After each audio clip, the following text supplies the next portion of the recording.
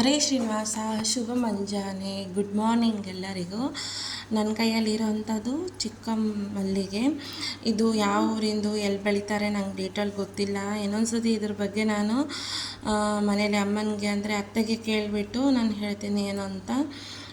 ಇದು ತುಂಬ ಚೆನ್ನಾಗಿರುತ್ತೆ. ಆಮೇಲೆ ಇವರು ಕಟ್ಟೋ ಶೈಲಿ ನೋಡಿ ಈ ಥರ ಇರುತ್ತೆ, ದಾರದಲ್ಲಿ ಈ ಥರ ಕಟ್ತಾರೆ. ಇದು ಕಟೀಲು ದುರ್ಗಾ ಪರಮೇಶ್ವರಿಗೆ, ಹಾಗೆ ನಮ್ಮ ಪೊಳಲಿಗೆ, ಮತ್ತು ಇಲ್ಲಿ ಯಾವುದೇ ಒಂದು ಪೂಜೆ ಮಾಡಿದ್ರು ಈ ಮಲ್ಲಿಗೆನ ಏರಿಸ್ತಾರೆ. ಮಂಗಳೂರು ಸೈಡು, ಮಂಗಳೂರು ಮತ್ತು ಉಡುಪಿ ಸೈಡ್ ಫೇಮಸ್ ಮಲ್ಲಿಗೆ ಇದು.